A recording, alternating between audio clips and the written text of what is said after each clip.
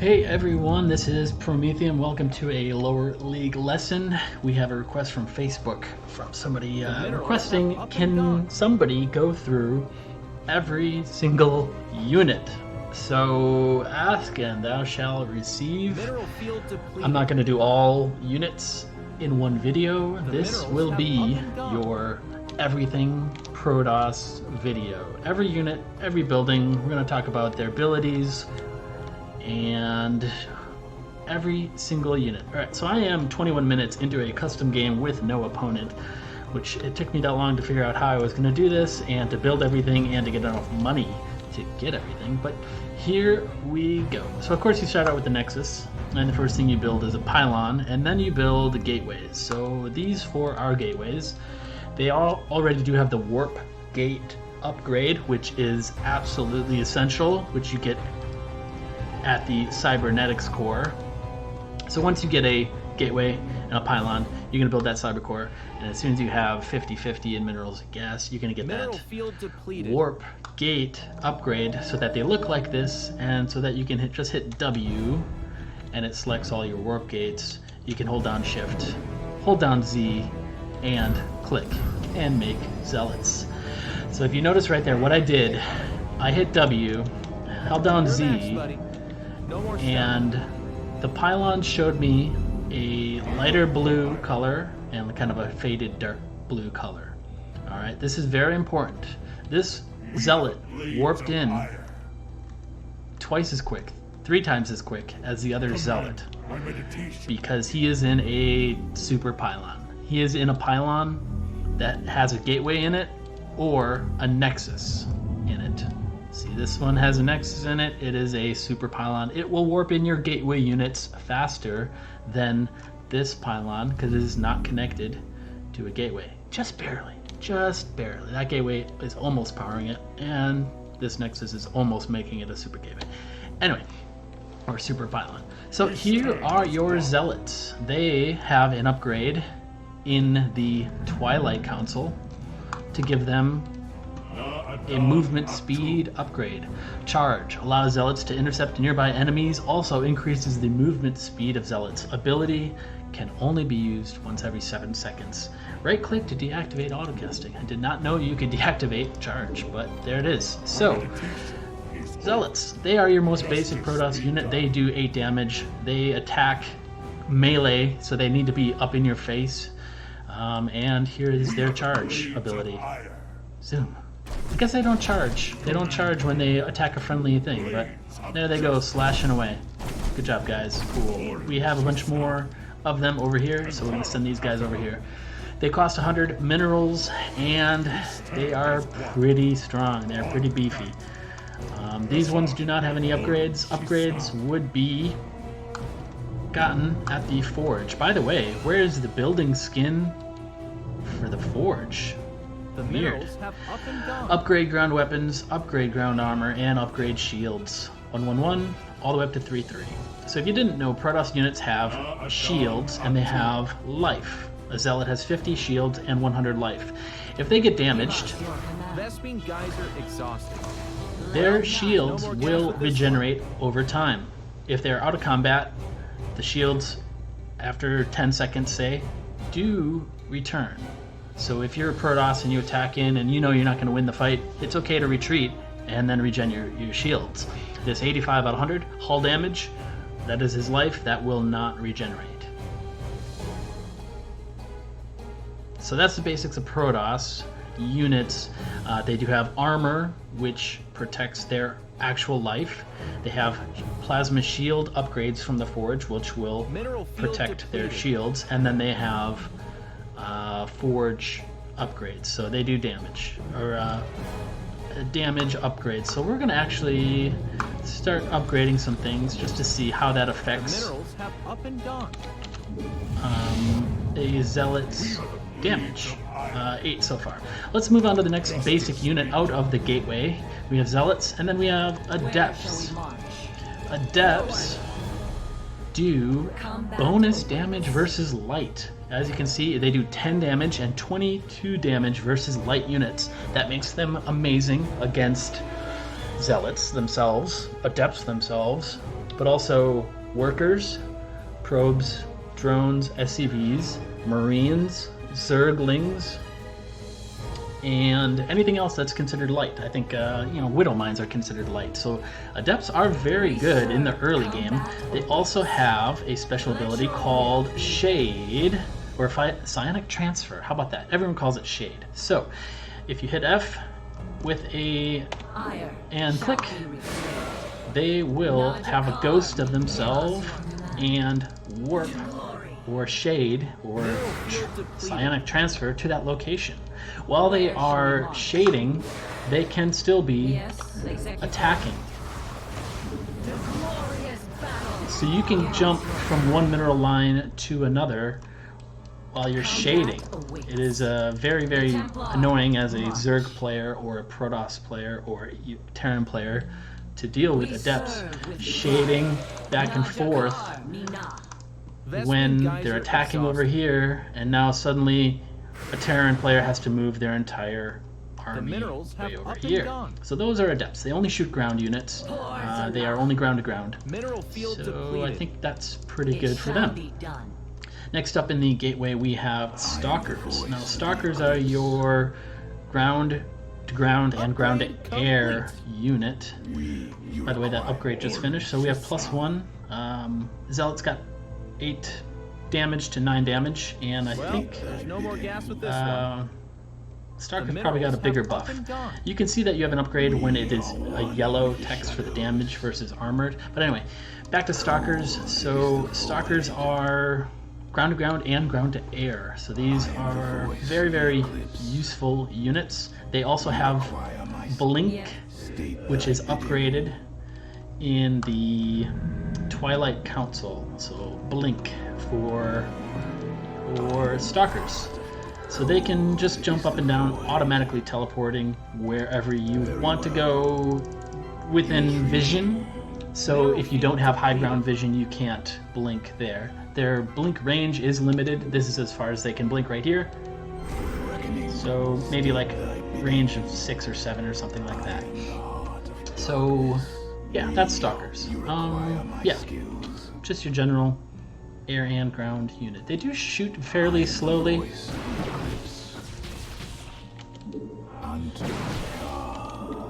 But in general, Stalkers are built almost every single PROTOSS game. Let's kill these to free up some supply. And yeah, there you go. There's Stalkers. Next up in our gateway inventory, we have Sentries. Sentries are kind of the Swiss Army knife of the gateway units. They are the spellcasters. They are shiny. They do have an attack, which is very, very minimal. It's 7 damage and shoots air and ground, but they are best used for their spellcasting abilities. First up, we have force fields. Force fields are exactly what they sound like. They are force fields. Nothing can get through for a certain amount of time. These are very useful when you're being attacked by Zerg or Terran and you want to wall off and, funnel a bunch of Zerglings through a certain choke point, and then maybe cast Storm so that everything comes through there, just dies. It's pretty amazing. I just wasted all the Sentry energy, so we're going to use this opportunity to tell you about the Warp Prism. It comes out of the Robo, and you can warp in gateway units. Unacceptable command. We are whenever you want, with limitations. Gateway and supply and minerals limited. Alright, the next spells that the Sentries have are Guardian Shield, which creates a sphere, a bubble, an aura of 4.5 that reduces incoming range damage to friendly units by 2. So that is pretty amazing when you come up against Hydralisks or Marines or Stalkers and you want to protect against that range damage. It reduces that damage incoming by 2 and lasts 11 seconds. So normally you'll have a big army in this little bubble and they will all be protected by incoming ranged damage. It's pretty good. Pretty good spell there. And the third spell out of the Sentry is the Hallucination.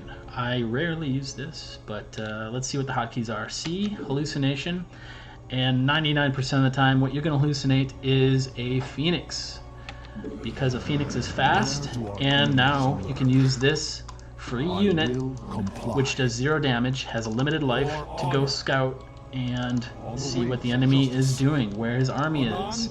Maybe set off some widow mines with this. So hallucinations are very, very useful for scouting information.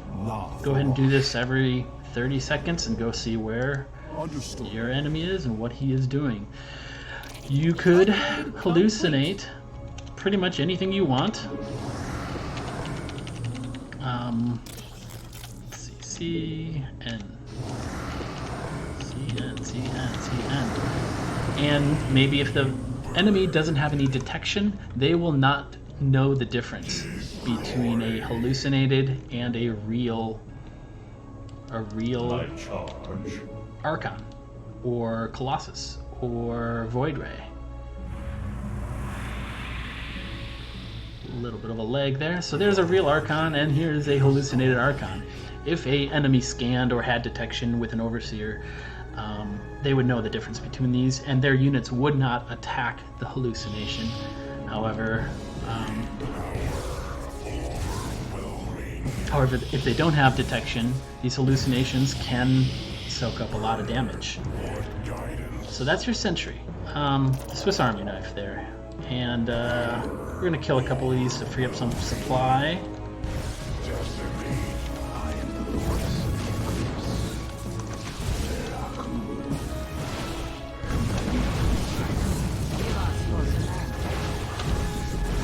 Just so we can move on here. Okay, the next unit in the gateway is check.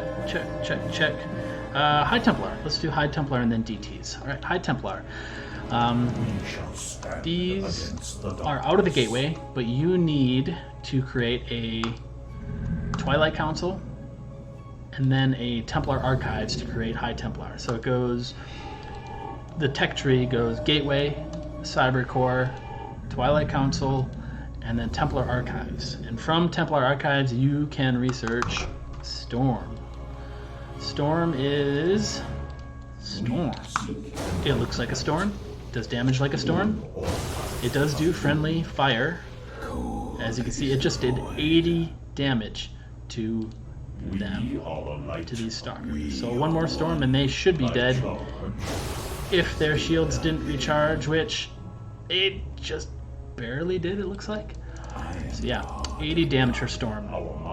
That's pretty crazy. They do have an auto attack, which is very, very minuscule.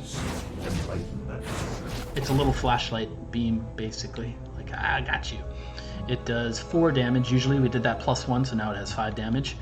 And this was added so that when you hit A and left-clicked, that the High Templar wouldn't just walk into an army without at least doing a little bit of damage and keeping a little bit of distance, because they are not meant to be attacking with this.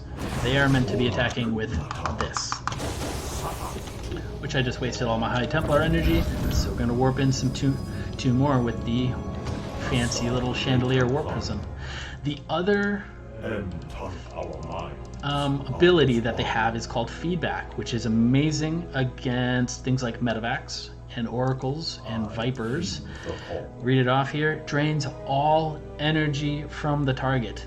Deals 0.5 damage per point of energy. So let's find an energy unit. Oh, here's one. It's a Phoenix. So we're going to feedback it. How much energy does it have? 200. So this should just kill the Phoenix, right? Oh, you can't do it on friendly units. Too bad. Okay, but you get the idea.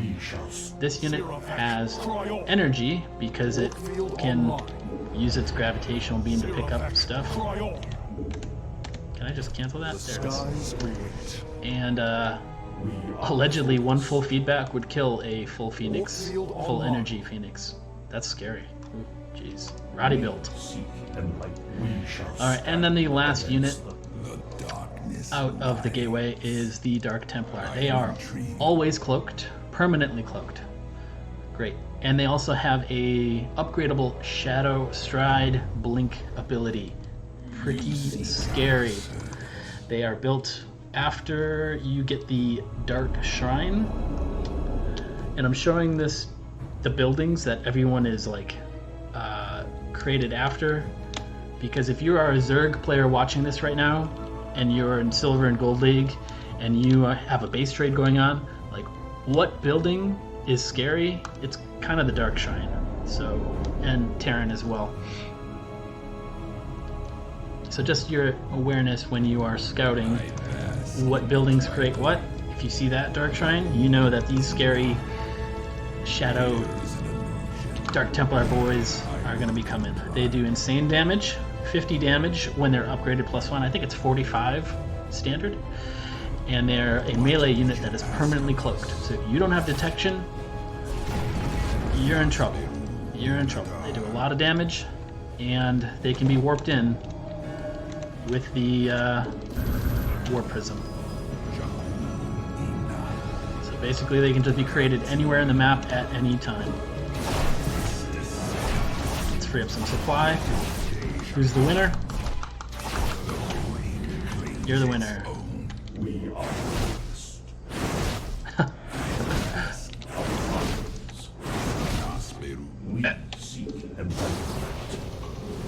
There you go, Dark Templar. Okay, so that wraps up the gateway units. We did Zealot, we did Sentries, Stalker, Adept, High Templar, and Dark Templar. So these are your gateway units. Usually you need about 8 gateways to comfortably have a good production with gateway units. All right, next up, so these are all 3 production facilities that PROTOSS has. We have the gateway, we have the robotics facility, and we have the Stargate. All of their units are created out of these, except for probes. Probes are made out of Nexus. Next up, we have the robotics facility. This is the Observer, Warp Prism, Immortal, Colossus, and Disruptor. Here's our gateway units. Alright, first up is the Observer. It is permanently cloaked, and it observes. It is the Observer. It's a detector.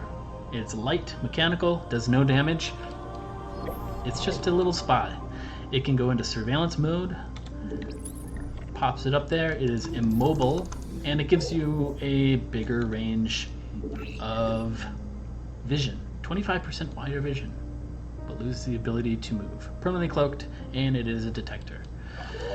Good idea to keep one of these in your main army, maybe in your main base against DTs or Banshees or Lurkers or burrowed units in general.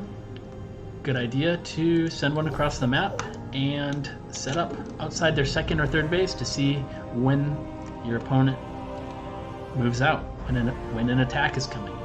Maybe you put them on the edges of the map to see when a drop comes. It's up to you, but they're a little difficult to control, and that's why Blizzard added in surveillance mode, so that they don't F2 all army hotkey with your army and you pull them out of position, and now suddenly you don't know when your opponent moves out. Alright, that's Observers. Next up we have the Warp Prism. The Warp Prism is another vital unit if you make any gateway units at all. It has a movement speed upgradable at the Robotics Bay, which looks like that with my skin. And yeah, it is pretty fast. It can pick up units. It can pick up 2 Immortals or 2 Disruptors. And yeah, you can go drop them in your base or in your enemy's base using drop click. And you can hit right click, D click, and it'll drop it out while they do that. And then it can go into phasing mode, which will let you warp in any gateway unit as long as you have enough gateways, enough minerals, and enough supply And remember that gateways have a cooldown period of however many seconds. This is why you want multiple gateways, so that you can warp in 4 at a time or 8 at a time, however many gateways that you have. Yeah, pretty scary, huh? Especially when somebody brings in 2 disruptors into your base with one of these and kills all of your workers. Speaking of disruptors, here we go. I want those immortals. Okay, immortals are a ground-to-ground splash damage unit. They are made out of the Robo facility and can only be made after you built a robotics bay. They do not have any upgrades, but they don't need any because they have this purification nova. Shoots out a ball of energy that lasts 2 seconds and emits a powerful nova dealing 145 splash damage and an additional 55 shield damage to nearby ground units and structures. The disruptor is immobile while this is active. So be it. Boom. That right there can kill probably 30 supply of Terran bio or Zerg bugs or It is known. even friendly fire, so you need to be very careful with these. But they can kill friendly units, and they will. Let's see how much they will kill. Yes, exactly. It's scary. Your demands. There to be. Bye bye.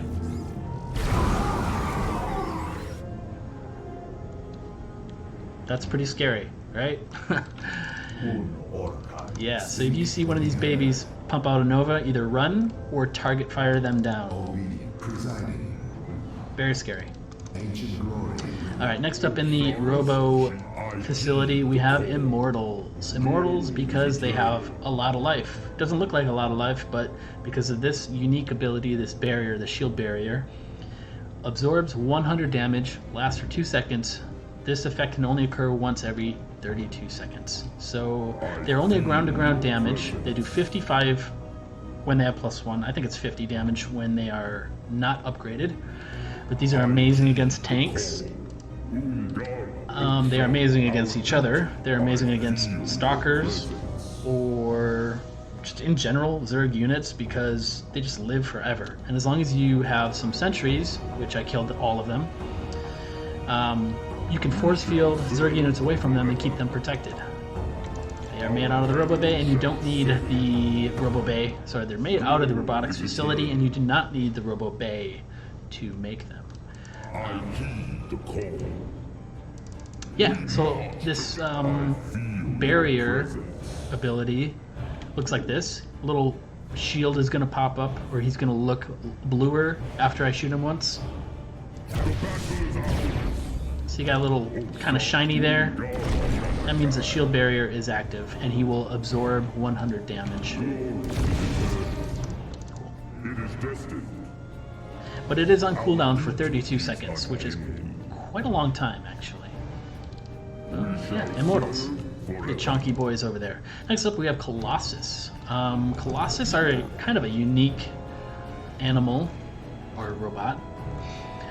They are ground-to-ground, but they can be shot by air-to-air units. So Vikings, Corruptors, Phoenix can all attack Colossus because they're so tall. They're also unique because they can walk up cliffs. They don't need stairs. Screw stairs. I can just walk straight up these. They also can walk over your units. Kind of an interesting thing, right? He's a ground unit, but he doesn't get in the way of anybody else. He also is classified as massive, so he can break through PROTOSS force fields, and he can't be stunned by Marauder concussive shells. I forgot what else massive can do for you, but yeah, massive is a interesting one. They do splash damage, 11 damage, and 17 versus light when you have +1 upgraded from the forge. So these are good against Zerglings, Zealots, Marines, especially when you have 3 of them. They do have an upgrade, extended thermal lance, which is upgraded in the robotics bay, which extends their range up to what it is now, 9 currently. And yeah, that's a Colossus. Big walkie guys with lasers. They are very expensive, so you really want to pair them with a lot of Zealots and Stalkers to keep enemy away. And I think that is it for the robotics facility. Yes. Moving on to Stargate. We have Phoenix, Oracles, Void Rays, Tempest, and Carriers. Alright, we'll start with the Phoenix here. And by the way, I just do want to mention that if you're a new player and you're building units, you don't actually want to be clicking down here on these buttons. You should be using your left hand to hit the hotkeys so that you can hotkey them, and then from a distance, I'm over here, I have my Stargates hotkeyed, and I can build everything without looking at that building and moving my mouse over here to click. So I can be in the fight controlling units, hit 5 tab, and build whatever units I need to build. Anyway, yeah, Phoenix. Phoenix are pretty cool. They're an air-to-air unit, but they have this gravitational beam that lifts up units. So you can lift him up, and now all the other Phoenix around him will shoot the ground unit that the other Phoenix made. So if you have a flock of 10 Phoenix, you can lift up your enemy's workers and just zap them all away. They do have an upgrade made at the Fleet Beacon, which gives them extra range. Their range is 7 now. I believe it's 5. And their attack looks purple after they have the upgraded range. So if you're playing a Phoenix versus Phoenix battle and you don't have range and your opponent's Phoenix suddenly have purple, you're going to lose that fight. Also, cool thing about them is that they shoot while they move, which is going to be difficult to show you here. I guess I can do it here. It is going to be difficult because there's no auto attack against enemy units, but they do shoot while moving. Pretty cool. Good for scouting, good for lifting tanks, good for lifting high-value, strong units in a fight. So now if you were to lift your enemy's Immortals, these guys are out of the fight, and now your Immortals can kill all their Stalkers. So, pretty cool. Phoenix are pretty fun to play with, very micro-intensive, so maybe not for the beginner. Next up we have Oracles. Oracles are like the Sentry, they're the Swiss Army knife for the Stargate.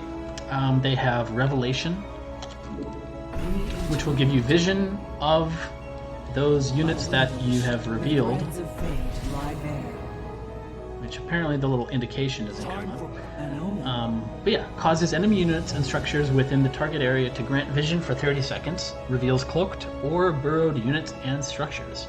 So this is one good way to detect Banshees, Lurkers, burrowed units, Dark Templar. Oh, you know what? One unit I forgot to build. Mothership. Anyway. Yeah, that's Oracle Revelation. They also have Stasis Ward, which I will not be able to show you, but basically it's set to a little ground trap that freezes enemy units, traps enemy units in stasis for 21 seconds. They cannot be attacked or affected by abilities. So that's really cool against Zerglings or Marines if you get a whole...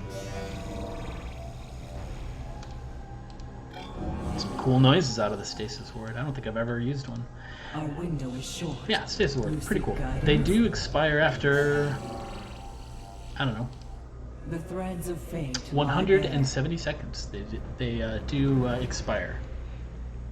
They used to be permanent until they were activated. Pretty cool. All right, and lastly we have the pulsar beam, which you know what? Drains 2 seconds for energy. Okay, there it is. Pulsar beam damages 15 and 20 versus light.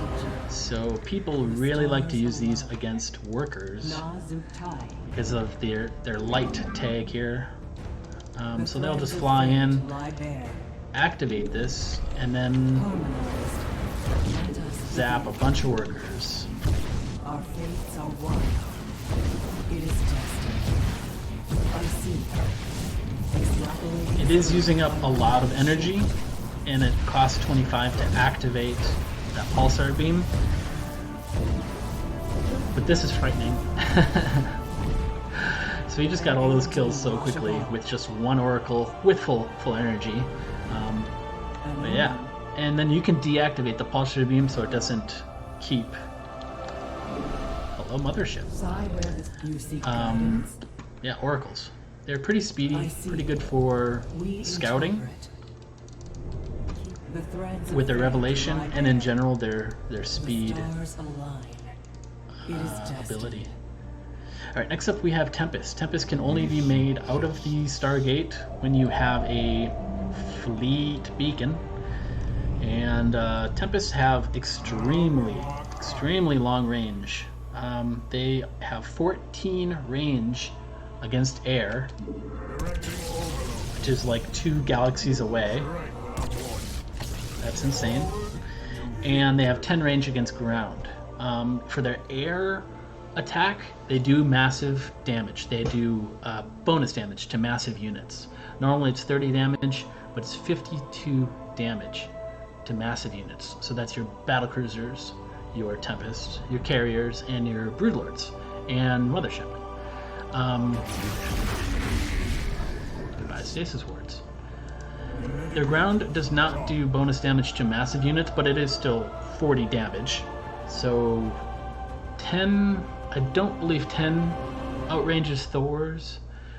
So Thors and Tempest kind of have a little balance tweaking that has happened in the last couple of years. But yeah, Tempest, very scary, very expensive. And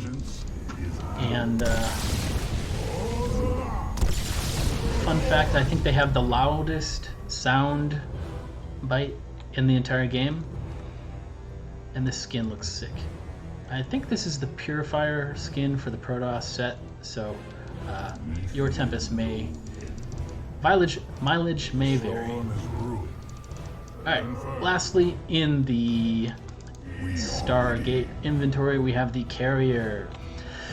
Carriers do not attack, their Interceptors attack. They have 8 Interceptors per Carrier, and Interceptors do 5 damage. And we are poised for victory. They do that. So one carrier by itself isn't amazing, but once you get a couple of them together, it becomes pretty insane, and especially once you have upgrades for the Interceptors, carriers become very scary. Once you get about 5 of them, they're very hard to deal with. Yeah, targets air and ground. They are very slow. So if you're battling against carriers, best not to engage them directly. You know, go somewhere else where the carriers are not, and you should be able to do some damage. That being said, PROTOSS does have that unique ability. Notice I have my Nexus hotkeyed on 4. I can hit 4, R, and I can recall a group of units to, you know what, probably, there, okay. Not sure which Nexus goes to, probably the closest one. And then recall ability, it does have a cooldown of some time. 120 seconds it looks like, something like that. Okay, lastly, the last unit in the PROTOSS inventory, unless I missed something, Mothership. Mothership is 400 minerals and 400 gas. Crazy expensive. It has an attack. Air and ground, 6 damage, barely any damage at all. But the good thing about a Mothership is that it cloaks all nearby friendly units. Everything gets cloaked. We await. With F2A move, and now you have this big cloaked death ball army. We agree. Directive confirmed. And this is the PROTOSS death ball. We agree. Downloading orders. Pretty scary. Where is that? Oh, I forgot Void Rays. Hello, Void Rays. So now you can... Hello? Have an entire army, ground and air, will be cloaked by the Mothership. We stand as one. Alright, lastly, Void Rays. Void Rays shoot air and ground. They have a prismatic alignment ability, which gains +6 damage versus armored units for 14 seconds. Is a Zealot armored? No. Is a Marine armored? No. Do not use prismatic alignment against Marines. Your movement speed is reduced while it is active, and you will not do bonus damage to Marines or Zealots. Only things like tanks or Void Rays themselves or carriers. So make sure you know what is and what isn't armored. In general, Void Rays are not amazing in this patch, but they do have a movement speed upgrade called Flux Veins that makes them much faster, so they are gaining in popularity. In general, for their cost though, their life is rather low, so anything like Stalkers and Marines and Hydralisks and Queens are a pretty easy counter to Void Rays. I think that covers every PROTOSS unit in the game, unless I missed something. We're going to go through here and just double check here. But yeah, we covered everything. This is already 37 minutes long. Yeah, other minor things about PROTOSS, if you didn't know, you need to build your structures within a pylon. Do not do this, what I did here, having one pylon power all of your buildings. A Marine drop will come in here and kill that one pylon, and that is called a PROTOSS pylon. Good luck if that is your strategy. PROTOSS's supply structure is a pylon. Each pylon grants a PROTOSS 8 more supply in that denominator. Also, in the forge unlocks cannons. Cannons can attack. It is your static defense. And it is a detector as well. So build 1 or 2 of these if you're afraid of Dark Templar, Lurkers, or Banshees. Don't be a cannon rusher. Just don't do it. Your air upgrades come out of your cybernetics core. So if you're going to go heavy air, go ahead and build 2 cybernetics core when it makes sense. It does not make sense to build 2 cybernetics cores before 8 minutes. Let's say 8 minutes, okay? And then also, Nexuses have a chrono boost ability with their energy. You can make them chrono a building or reduce a cooldown a little bit faster. So that chrono boost is making this gateway cooldown move a little bit quicker. I did not know this for a long time. That was a lot quicker. That was actually quite amazing. I was pretty surprised. Chrono boost, causing it to operate 50% faster for 20 seconds. There's the numbers on it. I bet your pros don't even know the exact number on that. Yeah, it's a good idea to chrono out your Zealot charge or Adept glaives, which is one ability I actually forgot to talk about. Adepts. Adept glaives increases the attack speed of Adepts by 45%. That's a big deal. Give us your command. So look how fast they shoot with Adept glaive upgrade. To glory. And imagine them shooting about 100% slower. Where shall we march? Najakar, Mina. I think that about wraps up PROTOSS, structures, abilities, units. If I miss anything, leave it in the comments below. If you have any other suggestions, let me know. Share, like, subscribe, and wash your hands. Thanks for watching.